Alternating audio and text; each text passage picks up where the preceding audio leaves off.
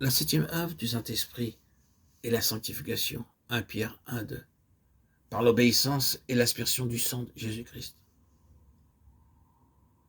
La sanctification m'aide à obéir à la parole de Dieu. Parfois Dieu nous parle et nous trouvons difficile d'obéir. Nous disons dans notre cœur, comment puis-je obéir? Mais le Saint-Esprit, en me sanctifiant, me donne du courage supplémentaire jusqu'à ce que je dise, je ne prends pas garde à ce que disent les gens, j'obéirai à mon Sauveur. Il m'a appelé pour son service à le suivre. Je lui obéirai. S'il désire m'envoyer là, j'irai là où il voudra.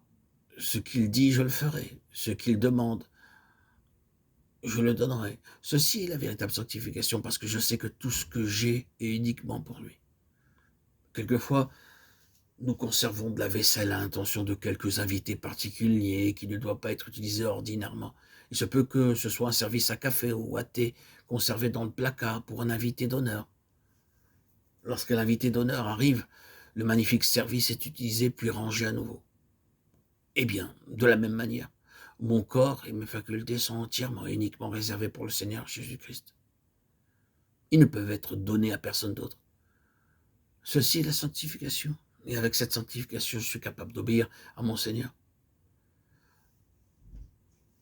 Maintenant, Seigneur, demande et je te donnerai. Tout mon argent est à toi, mon temps est à toi, mon énergie est à toi. Demande et je donnerai joyeusement.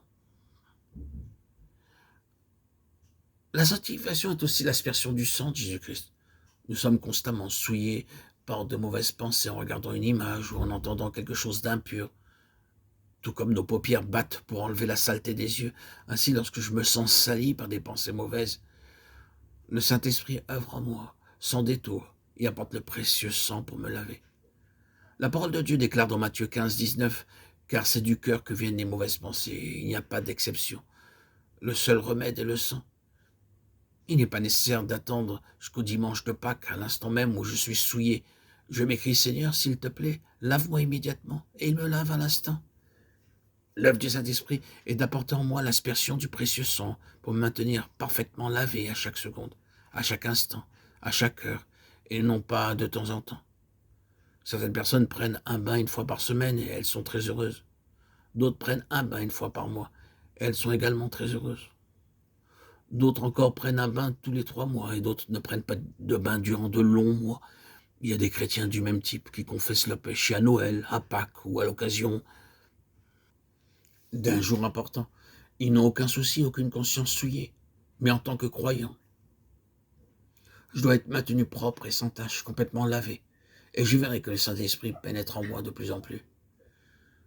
Si vous êtes souillé, il vous souffle, sois lavé. Si tu es souillé, sois lavé.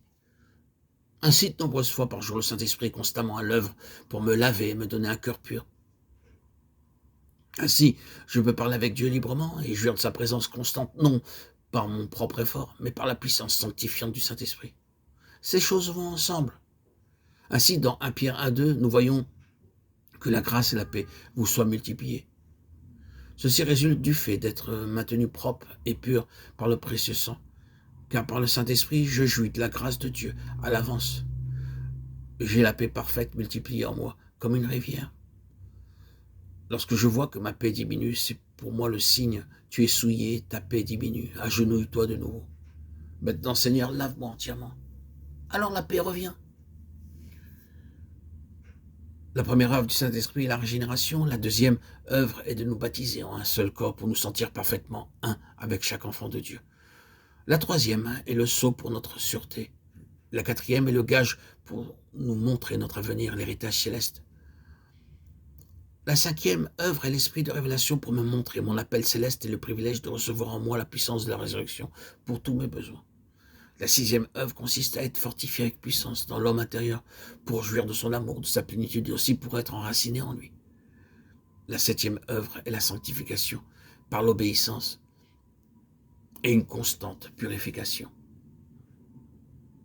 Amen.